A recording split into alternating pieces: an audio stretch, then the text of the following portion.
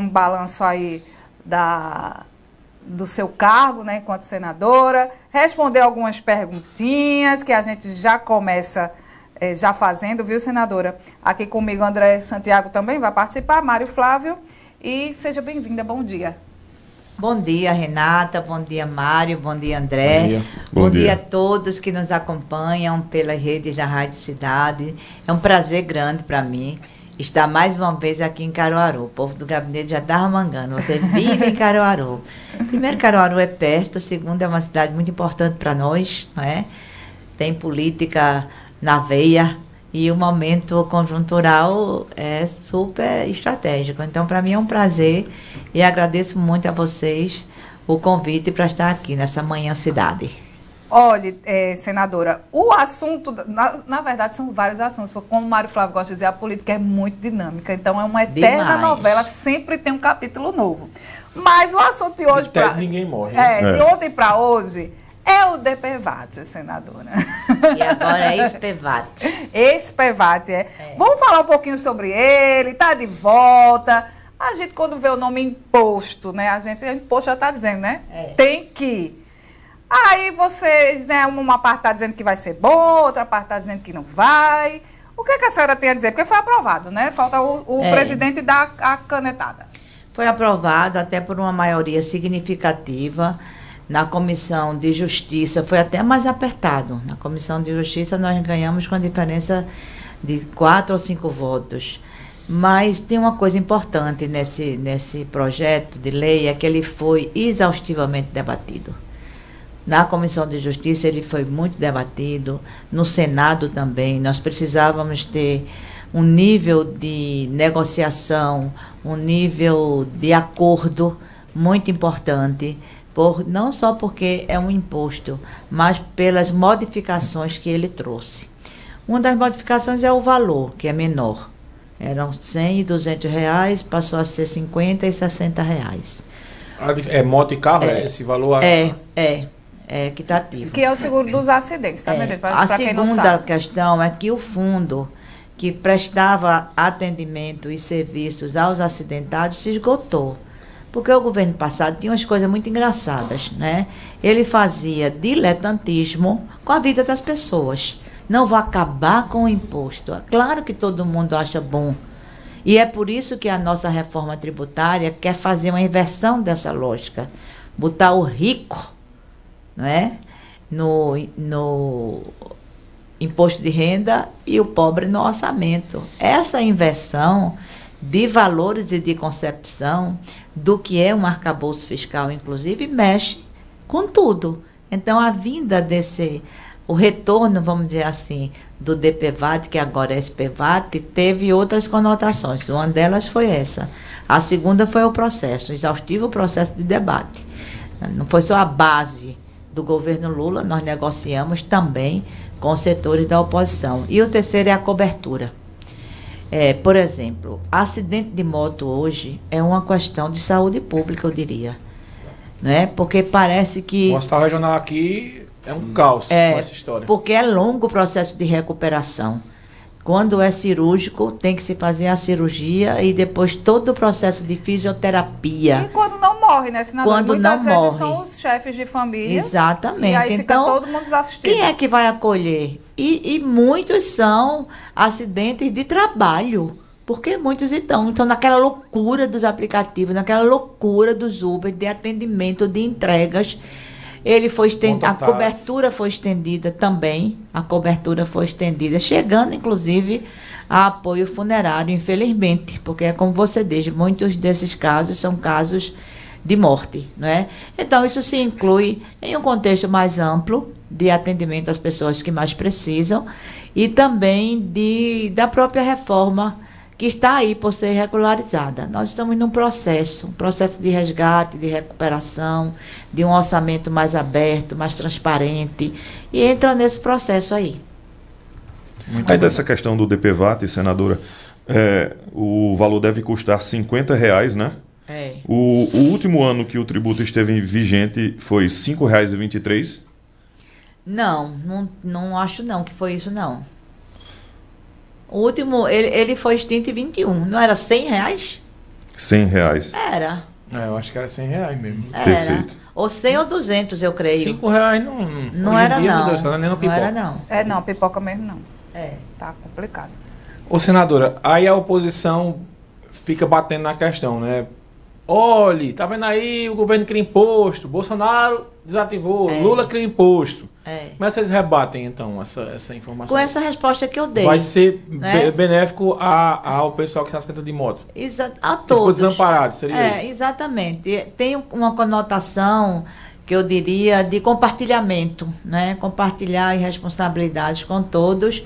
E não se esqueçam que nós estamos acabando com o orçamento secreto. Quem preza por dinheiro, quem preza por dinheiro que vem de imposto, quem preza por dinheiro público, não faz o que Bolsonaro fez no tempo que ele foi presidente, né? Mas por que Lula ainda não acabou com esse orçamento secreto? Acabou.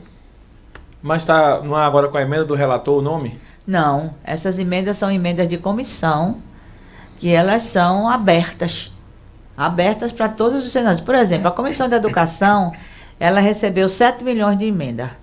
Nós somos Comissão de Educação e Cultura.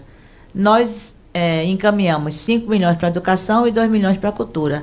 Abertamente, numa reunião com voto de todo o colegiado. Na reunião passada, de terça-feira passada, nós definimos indicar esses 7 milhões todinho para o Rio Grande do Sul. Uma proposta do presidente, o senador Flávio Arnes, aprovada por unanimidade, por quem estava lá na reunião, inclusive eu. Então, não é emenda de relator, né? É a emenda que vai ser destinada para onde a comissão indicar. E isso deve se repetir, esse bom exemplo deve se repetir para outras comissões. Então, emenda de relator são emendas que vão para a comissão mista do orçamento, onde você tem os segmentos de relatoria. Então, ali você faz as emendas e é aprovado. Não é orçamento secreto de jeito nenhum. Orçamento secreto era secreto. Senadora, a senhora falou em educação aí o Dovânio, ele manda a seguinte questão aqui. Bom dia, Mário, Renato, André e a senadora. Estou no grupo dos professores e faço parte do grupo que se movimentou e entrou com ação cautelar no Tribunal de Contas do Estado. Eu acho que é contra o governo do Estado. Ele não explicou. Sobre qual assunto? É isso que eu estou pedindo para ele. Tem vários assuntos em contenda com o governo do Estado. Aí ele diz, muitos colegas meus desse grupo vêm comentando que, veja, a opinião dele aqui, a senadora não estaria tão envolvida na nossa causa. De início se manifestou a favor, mas depois deu uma eu já sei qual é a causa. Aí ele bota aqui, Dani Portela vem dando um apoio bem efetivo. O governo recorreu dessa ação cautelar sobre cadastro de reserva e concursos dos professores, né, já que foi derrotado na plenária. Eu desconheço um senador. Eu desconheço. Como é o nome dele? Dovânio. Eu desconheço um senador da República que atue mais como deputado do que eu. Porque essa causa é da Assembleia Legislativa, mas eu me meto nela. Eu me meto, eu negocio. Foi graças à nossa intervenção que a governadora chamou os primeiros 158. Agora eu acho que a gente tem que cacarejar mais. É verdade, né? Eu não vou levar um assunto desse para a tribuna do Senado. Dani está corretíssima. Tem que levar para a tribuna da Assembleia. Eu acho muito bom que alguém pegue a causa da educação, que era a minha causa na Assembleia Legislativa. Eu não tenho ciúme, pelo contrário. Eu, inclusive, envio dados para a bancada do PT e para a Dani, que é uma forte aliada nossa, em todas as causas. Então, foram chamados inicialmente 158, eu acompanhei, eu fui, inclusive, destinatária desse chamamento, e depois foram chamados 500. Agora, cadastro de reserva, eu tenho dito isso, é cadastro de reserva. O que a gente argumenta, e a ação foi muito bem feita nesse particular, é que a gente tem uma quantidade de aprovados, mesmo que em cadastro de reserva, se submeteram ao concurso.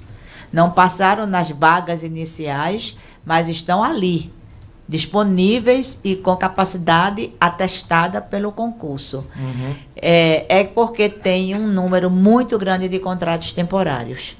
Se você tem contratos temporários, precisa equalizar isso. É isso que eu tenho dito a eles. Agora, quando você tem um professor concursado, cadastro de reserva em regra é para isso. Um professor concursado é chamado e não quer assumir. ou não pode assumir, ou desiste de assumir. Aí você tem que chamar, não pode ficar a vaga. O argumento é esse. Passada essa fase de professor que é chamado e não quer assumir, a gente tem um número exorbitante de contratos temporários em todo o Brasil, e Pernambuco está quase além dos efetivos de fato. A governadora ontem teve, inclusive, no lançamento do Pé de Meia, né, junto ao ministro da Educação, Camilo Santana, e ela voltou a dizer que vai ser a governadora que mais vai investir na educação. Em contrapartida, ao mesmo tempo, o Sintep estava fazendo um protesto na frente da Assembleia. Porque como é que fica essa questão? É muito simples. A governadora está investindo mesmo na educação? Ou... Tem que saber aonde ela vai investir, né? E aí a reclamação, né? Então, companheiro, como é o nome mesmo? Dovânio. Dovânio. Fique tranquilo, que eu estou fazendo. Agora tem assuntos que são pertinentes ao Senado, tem assuntos que são pertinentes à Assembleia. Mas conte comigo, porque eu tenho reclamado, tenho feito vídeos, tenho negociado com a governadora. Agora, entrando na sua pergunta, Mário, a governadora tem uma visão que eu acho que é uma visão estreita de investimento em educação. Por que é estreita? Não é estreita no sentido de não saber o que fazer. É estreita no sentido de não alargar os horizontes e não incluir nesses horizontes como prioridade a valorização profissional. Isso é, eu já disse a ela, inclusive, isso é um nó crítico. E quer ver uma coisa que ela poderia e deveria estar dando todo o reforço? A reforma do plano de cargos e carreiras. A reformulação do plano de cargos e carreiras. Porque o nosso plano é muito bom, mas ele é de 98. Depois de 98 já houve muitas alterações, tanto nos novos cargos da educação, como analista que não tinha no plano, como fonoaudiólogo que não tinha no plano, só tinha professor, servidor administrativo, assistente administrativo, auxiliar administrativo educacional e psicólogo escolar. Hoje, a própria dinâmica incluiu mais cargos. Hoje a gente tem o piso. O professor de nível médio não pode ganhar menos do que o piso. E no Estado nós temos um residual de professor de formação de nível médio. Então, um professor com licenciatura plena, um professor com mestrado, com doutorado, está ganhando muito abaixo, porque ela achatou o plano. Não foi só ela, isso vem desde Eduardo Campos. Foram 3 passagens de achatamento do plano e ela continua. Eu disse, quer ter uma coisa positiva, valorização de profissional da educação, tem um tripé. E esse tripé passa por salário, carreira e formação. E o que ela respondeu? Vou fazer. Na Assembleia ainda. Eu quero que ela faça. Mesmo se eu estar lá na Assembleia para votar, eu torço para que ela faça. Na Assembleia ainda, alguns correligionários do PT votaram a favor, né, com a governadora, com relação a o fim da faixa salarial. A senhora repudia essa votação e possível aproximação lá na Assembleia? Não só votaram a favor, né, que João Paulo quase assumir a função de líder do governo lá. Exatamente. A senhora repudia essa votação e essa atuação dos colegas petistas lá na Assembleia a favor do governo? Desse processo todo, se eu tiver de repudiar alguém, é o deputado Abimael. Porque vagabundo é ele. Eu repito o que João Paulo disse. No PT não tem vagabundo e na Assembleia não tem vagabundo, não. São 3 deputados com história de lutas. Aquela votação, eu já passei muito por isso. Votar com as galerias cheias. Não resolve nada. Não resolve nada. Ali, né, não, era uma questão complexa, porque a emenda não mexia no projeto. A emenda mexia só no prazo do projeto. A governadora queria para agora e a emenda botava para o próximo ano. E com isso, alguns de menor salário pra 26, né? deveriam de ter, deixariam de ter os seus 26% de reajuste. Faltou, eu acho, faltou um pouco de racionalidade, se estabeleceu uma quebra de braço entre governo e oposição e os independentes, que é o caso do PT. O PT é independente ali, como bancada, embora tenha tirado posição de oposição à governadora. né? Fica uma sinalização aqui, uma sinalização ali, é ruim e dá margem para esse tipo de ataque feito pelo deputado Abimael, absolutamente fora do decoro parlamentar. Agora, tirando essa parte de Abimael, o posicionamento do PT, especificamente, João Paulo, a gente tem visto e ouvido que tem interesses políticos futuros, né? Como é que a senhora vê essa movimentação futura? Como futuro. Agora é cedo para o futuro. Né? É uma proximidade. Agora é agora. É uma proximidade, né, Mário, que a gente vai percebendo, né? E as costuras naturais da política, né? Tanto da governadora Raquel Lira, tanto que já causou a ciumeira e até a gente sabe, né, a saída de Olha, agora de alguns você entendeu cargos. o que foi que João Paulo disse. Você precisa entender o que foi que João Paulo disse. João Paulo não disse que vai votar indefinidamente com a governadora, nem que vai defendê-la de qualquer ataque. Ele disse que vai defendê-la do ataque bolsonarista. Porque ela também tem que se definir. Ela até está se definindo ao longo do tempo, né? Porque quando Raquel foi candidata, quem Raquel votou para presidente? Ninguém sabe. A senhora acha que ela votou em Lula? Não, eu não sei. Eu não admito dizer, porque ela não deixou margem para isso. E para mim foi um grande erro estratégico dela, porque numa eleição polarizada como aquela, ela não defendeu a democracia, porque ela não defendeu Lula. Ela não defendeu Bolsonaro, é bem verdade, porque as cores eram as cores da bandeira de Pernambuco, no discurso dela. Mas numa eleição polarizada como aquela, depois passou um longo tempo, eu acho que o ano passado quase todo, sem saber que o nome do presidente da República era Lula. Que o governo federal tinha um presidente, que esse presidente era Lula. Hoje não. Hoje a gente já nota da parte dela um reconhecimento ao que o presidente Lula está fazendo por Pernambuco, ao que está sendo agregado da pauta do governo do Estado, ao PAC, por exemplo. Ela tem um espaço muito bem quisto nas ações institucionais do governo. Isso é uma coisa. É de lá para cá, mas é de cá para lá também. Ela agora reconhece isso. Ela não diz mais o governo federal, como ela passou um tempo dizendo. Ela diz o presidente Lula e seus ministros. Está correta, como Lula também está. E então, o que Lula diz... é uma aproximação institucional, porque na hora do vamos ver é Frente Popular e João Campos. Agora é. Inclusive, Humberto Costa ontem agora é o disse futuro, numa entrevista que o PT está com o João, independente da formação da chapa. Porque é uma aliança nacional. Nós não apoiamos João para prefeito. Estão lembrados disso, né? Uhum. Nós apoiamos Marília, que na época era do PT, que levou a eleição para o segundo turno e tudo. 2 anos depois, o que foi que aconteceu? Uma eleição, minha gente. Uma eleição primordial para o Brasil. Aconteceu a eleição de 22, onde pela primeira vez um presidente sentado na cadeira foi derrotado. Foi derrotado por Lula, mas foi derrotado pelas forças democráticas desse país, onde se insere o PSB, que é o vice-presidente de Lula, Alckmin. Então foi um novo contexto que se estabeleceu, né, que levou João a procurar Lula e a nos procurar. Procurou Humberto, me procurou o diretório municipal.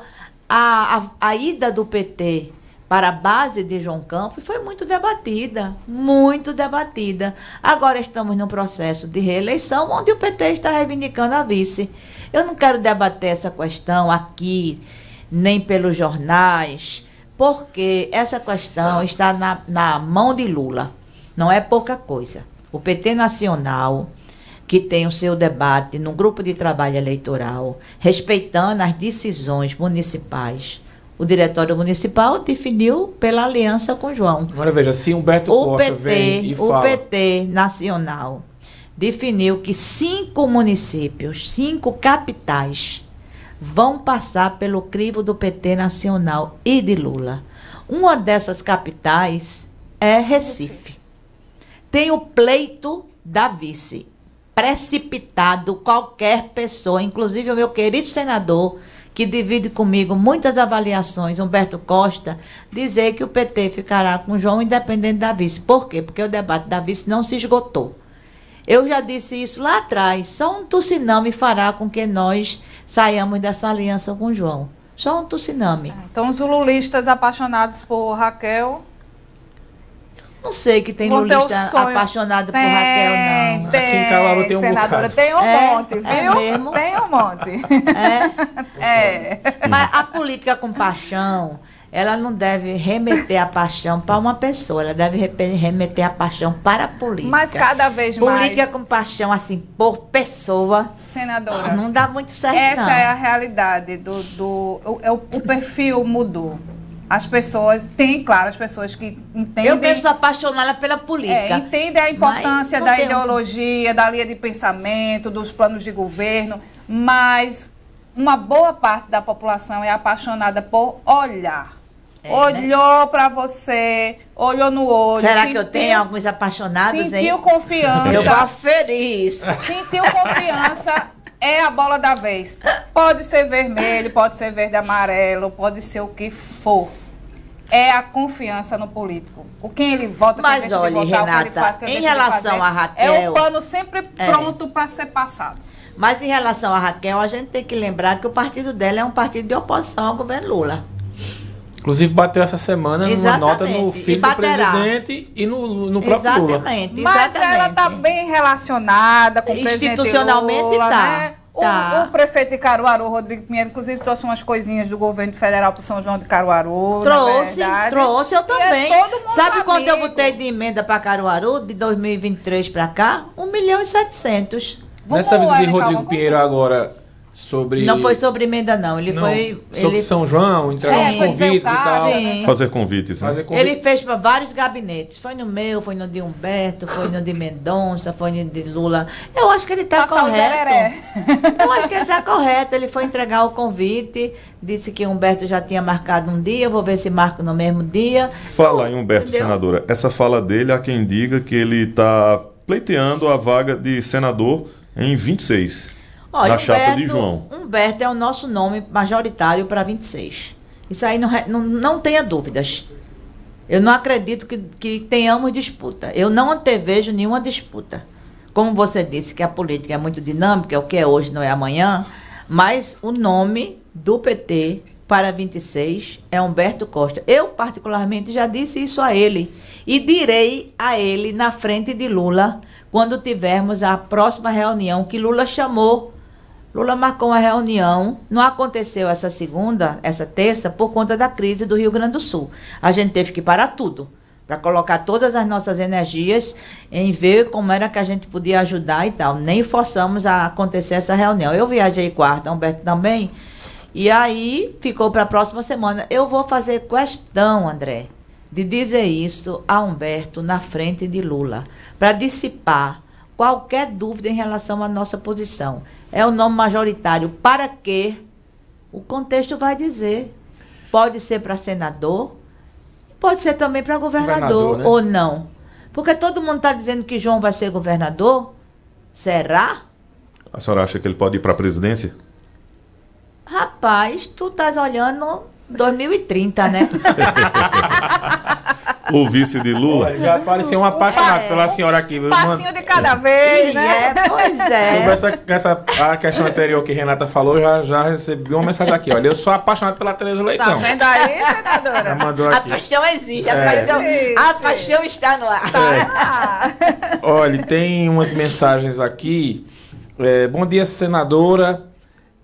Mesmo nunca tendo votado no PT, é triste os políticos que se elegem sem educação e sem respeito. No caso do Abimael, é o Nenel da Boa Vista que manda, repudiando a fala do deputado Abimael. O Dovânio volta e diz: senadora, contamos com a senhora, somos 7 mil agora na convocação e existem 15 mil contratados aí pelo governo do estado. Exatamente. Mas ele disse que conta com... Esse é um grande argumento, entendeu? E eu acho que foi esse argumento que fez com que o Ministério Público acolhesse, né, a ação movida pelos... Foi uma professora, mas se estende ao coletivo. Ela não moveu a ação só para si, não é? E aí a governadora recorreu dessa ação. Mas continue contando comigo, porque você se submeter a um concurso e até... pelo critério da economicidade, administrativamente falando, era muito melhor para ela botar o pessoal do cadastro de reserva do que fazer um novo concurso, né? O Silvânio Torres, na opinião dele, Raquel está se complicando e vai ter dificuldade contra João. Ele já coloca aqui um contra o outro. Sandra Silva está por aqui, meu amigo Zé Mago também está mandando mensagem. Senadora, bom dia. Gostaria que a senhora tem garantias que o seguro SPVAT, agora o nome?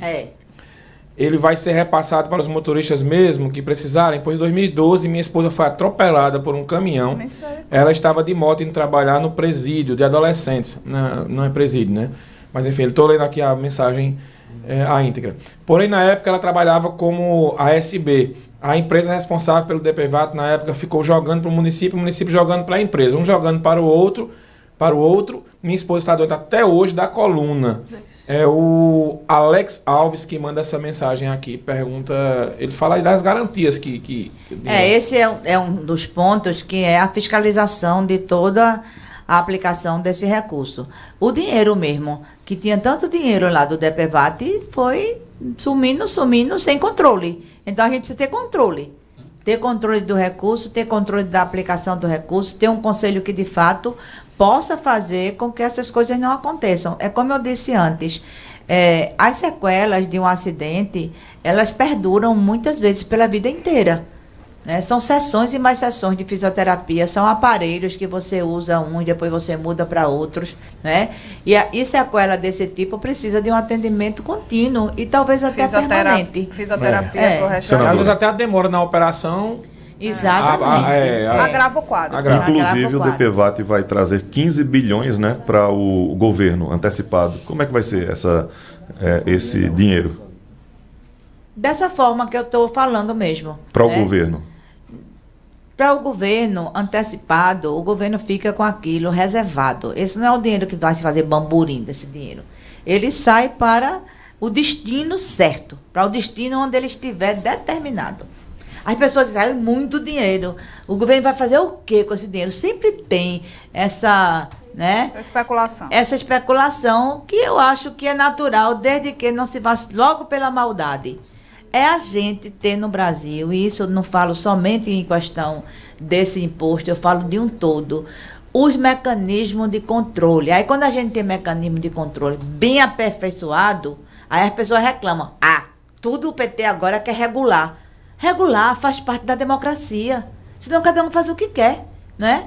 Então tem muitas coisas, inclusive, André, que precisam ser reguladas. Se não vira anarquia, né? Exatamente. Aí quem é que ganha? O mais forte, não é? Senadora. O que tem geralmente mais poder e mais dinheiro. E a gente quer que isso seja democratizado. A preocupação de muita gente é porque o judiciário hoje, como tudo no Brasil, né, é 50-50, basicamente. O governo não foi mal um pouquinho, por isso ganhou, né, senadora? Mas é tudo muito polarizado, tudo muito... As pessoas duvidam muito das coisas. Mas eu acho que você pode dar a sua opinião, claro, desde que você não cometa crimes. Simples assim. Simples assim. A liberdade de expressão, ela tem um limite previsto em lei. Você pode dizer o que quiser, desde que não calunie, não pratique crime de injúria, né, e nem de difamação. Mas às vezes as pessoas, a liberdade... que estão na internet exatamente, é terra de ninguém. E nunca ninguém vai bater na sua porta. É terra de ninguém. Fazer agora feita a Marília Gabriela fazia, aquelas respostas curtinhas, porque tem muitos assuntos aqui, para ver se a gente consegue fazer. Ping-pong. Duplicação da 423 entre Lajeado e São Caetano. Alguma novidade? O dinheiro já está orçado no PAC. O presidente, inclusive, quer vir aqui dar ordem de serviço quando tiver as condições satisfatórias. Ou seja, máquina na pista. Por favor, cara. Ele disse que só vem assim. Quando tiver máquina na pista. Que só vem assim mesmo, viu, senadora? Porque a caneta BIC não tem mais tinta de tanta ordem de serviço que já assinou dessa rodovia. Não, mas a de Lula não é BIC, não. Não, a de Lula não é BIC, não. É valendo, BIC, né? É valendo.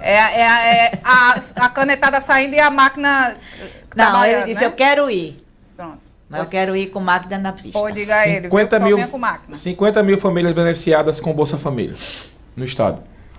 Tem isso? É bom. E essas famílias o Bolsa Família, a última pesquisa indicou que ele está... Aqui em Caruaru, perdão. Aqui em Caruaru, sim.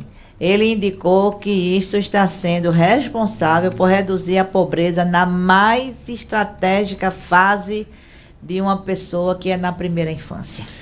Reduziu valendo, isso é muito importante. mais médicos e equipes da saúde da família aqui na região? Cresceu e a gente com isso cresce também o atendimento às populações mais afastadas dos centros urbanos. Novo PAC em Caruaru e Recife. Novo PAC em Caruaru, eu vou deixar com vocês, tá certo? Porque fica ruim para eu estar lendo aqui, mas deixa eu só dizer rapidamente aqui, não é? Que as transferências acumuladas para o município de Caruaru somam do ano passado para este 106 milhões. As transferências para os cidadãos do Bolsa Família, 103 milhões. Benefício de prestação continuada, 265 milhões. Auxílio gás, o acumulado, né? Acumulado desse período, 464 milhões. Seguro-desemprego, 12 milhões. Benefícios previdenciários de 2003, 711 milhões. Eu só estou dizendo o número redondo. Todos eles têm uns quebradinhos. Os quebradinhos. O Bolsa Família, que você acabou de citar, né, de 50 mil famílias beneficiadas, 50.021, olhe só o que eu acabei de dizer. 22 e 18 mil crianças de 0 a 6 anos, que é um período da primeira infância que a gente está trabalhando com ênfase, né? Foram beneficiadas com R$150. 35 milhões de crianças e adolescentes de 7 a 18 anos incompletos e 876 gestantes beneficiadas com R$50. E desses, viu, Renata? Olha que foco importante. Desses, 85,87% das famílias são chefiadas por mulheres. E isso é uma política intencionalizada. Nós queremos que as mulheres se emancipem, porque muitas coisas, a emancipação feminina, ela está muito ligada à violência contra a mulher, porque muitas mulheres já ameaçadas de feminicídio, já violentadas, não saem de casa porque dependem financeiramente. Exato. Senador, então, não há liberdade com dependência financeira. O que fazer? A gente todo dia, infelizmente, noticiar aqui que existem abusos acontecendo dentro das casas. Essa semana foram 2 aqui em Caruaru. Ontem uma família, 4 filhas eram... Inclusive um menino com espectro... autista. No espectro autista, né? Hoje, de novo, a mãe ia trabalhar, deixava a filha, o padrasto abusava.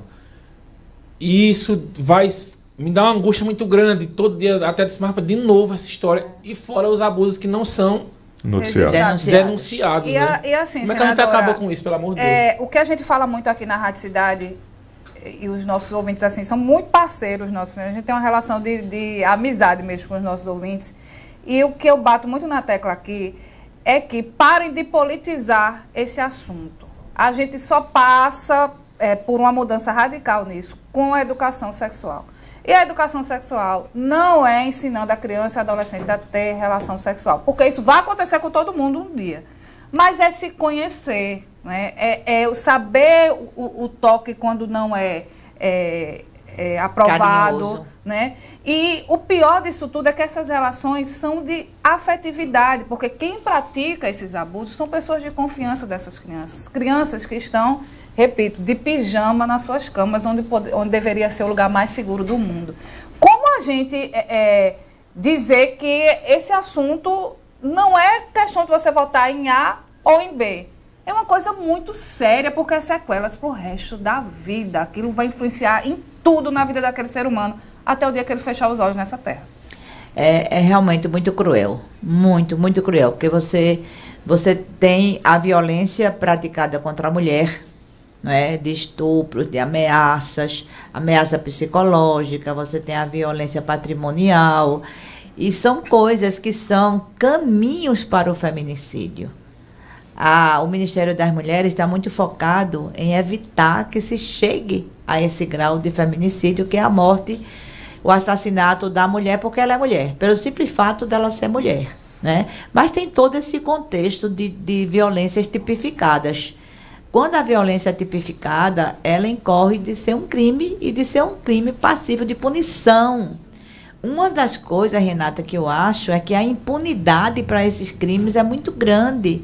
Você transpor a barreira do silêncio é um trabalho. Muitas mulheres têm vergonha. Era isso que eu ia dizer. Muitas mulheres têm vergonha de denunciar. Por não ter visto ou por não ter denunciado. Porque é uma coisa que desabona, elas acham que desabona a si própria, né? É verdade.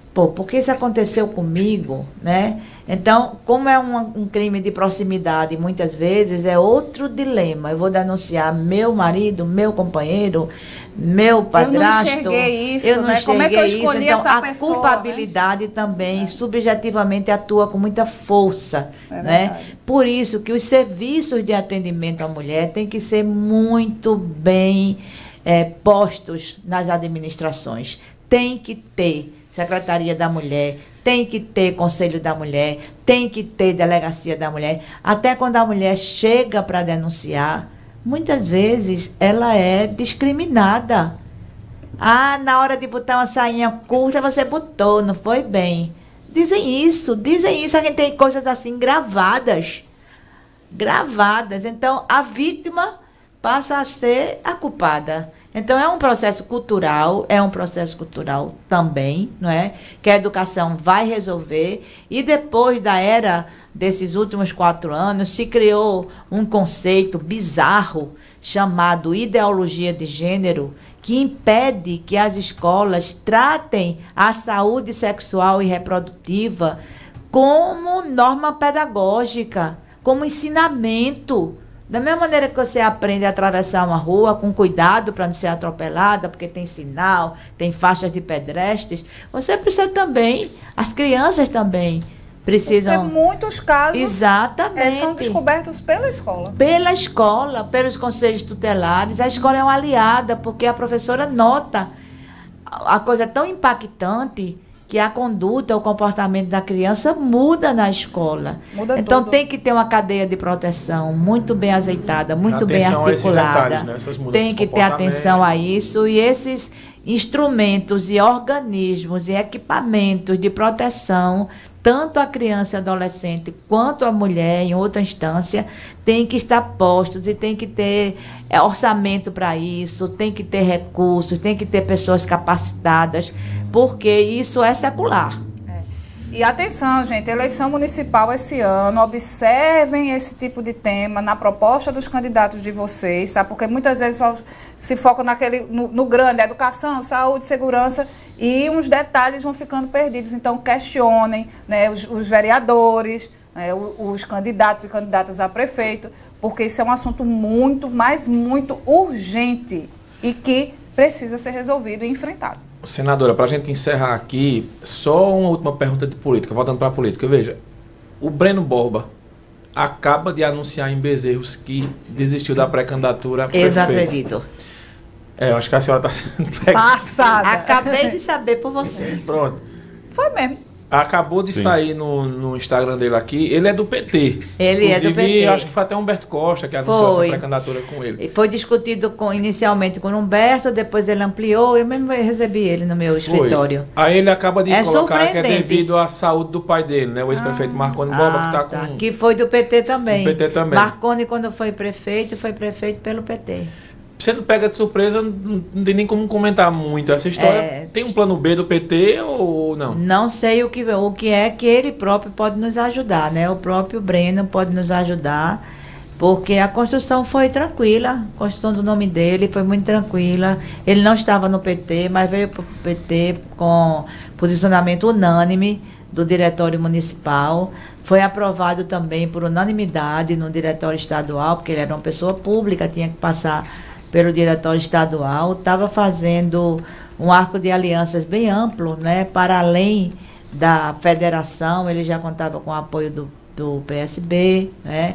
O PCdoB estava dando muita presença também na eleição de lá. Eu lamento muito, eu sabia que Marconi estava doente. Uma frase só para a gente, a senhora, não troca um dia a mais de convívio com meu pai por 4 anos de qualquer mandato. Que ele colocou no teor da nota. Eles são muito unidos, porque além da relação filial e paternal, né, eles eram aliados, eram parceiros na política. É muito triste. Eu lamento muito, não apenas pela saída dele, mas também pela motivação. Mas aí é questão mesmo do foro íntimo.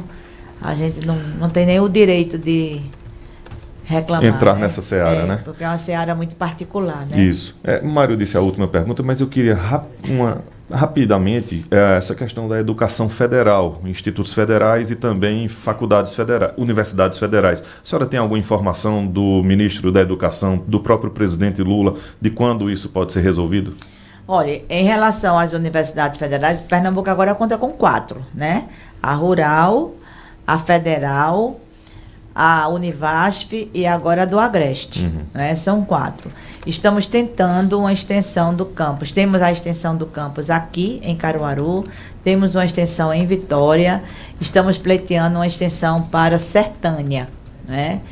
E Pernambuco vai ganhar mais 6 institutos federais de educação, já aprovados no PAC e Seleções. Araripina, Bezerros, Águas Belas, Recife e Goiânia. E qual é o 6º? São 6. Bezerros, não? Bezerros eu já disse, não foi? São 6. Araripina e Águas Belas, Goiânia, Bezerros, Recife. Esqueci o 6º. Mas são 6, não é? Santa Cruz. Santa Cruz do Capibaribe, exatamente, aqui pertinho de vocês. Aqui tem mais uma pergunta aqui sobre a questão do... E temos um plano, só complementando rapidinho, temos o plano de... Esse é o plano de expansão, mas tem o plano de recuperação de alguns IFs, como Pesqueira, por exemplo. Que mas eu digo a greve, a questão da greve. A greve? A questão da greve. Bom, eu já recebi o comando de greve aqui no meu gabinete, recebi o pessoal do Sintufep, vou receber da Associação dos Professores, já recebi em Brasília também. A greve está no processo de negociação. A proposta apresentada, ela não foi aceita, porque não mexe no salário, mexe só nos benefícios. Ficou uma proposta de reajuste salarial para o próximo ano. Houve um reajuste salarial depois dos 4 anos de Bolsonaro com reajuste 0. Houve um reajuste de 9% o ano passado. Mas os servidores reivindicam uma melhoria também no plano de cargos. Agora, as negociações estão transcorrendo, tanto com o MEC quanto com o Ministério de Gestão e Inovação. Muito bem, senadora Tereza Leitão, aqui no estúdio da Rádio Cidade, muito obrigada pela sua participação, pela vinda mais uma vez aqui, né, para conversar com a gente. É sempre um prazer recebê-la. É sempre muito bom o papo com a senadora. Eu que agradeço. Muito obrigado. E também o papo é muito decorrente da condução de vocês, sempre muito elegante, muito respeitosa. Eu agradeço a vocês, agradeço aos ouvintes, aqueles que nos estimularam também com suas perguntas e com seus comentários, e voltarei. Muito bem, as portas estão sempre abertas. Obrigada. E um abraço para o nosso querido jornalista e assessor também da senadora, o Fernando Rego Barros, que está acompanhando lá de Brasília. Para Ana também, Léo Bulhões, o pessoal que está aqui. O pessoal que está aqui no nosso estúdio. Presidente do PT está aqui, que ele não me larga. Eu largo ele. Volta no São João, no São Pedro ou no Santo Antônio? Eu vou ver, talvez eu volte logo no comecinho. Vou ajustar a minha agenda, porque depende também muito lá, né, de Brasília. A gente ainda tem os vetos para discutir. Aí vai depender do ritmo de lá. Mas com certeza eu virei. E levar uma caneta valendo para assinar esse negócio aqui dessa Deixa comigo, que eu vou dar seu recadinho a Lula. Vamos no Atacadão do bairro Petrópolis?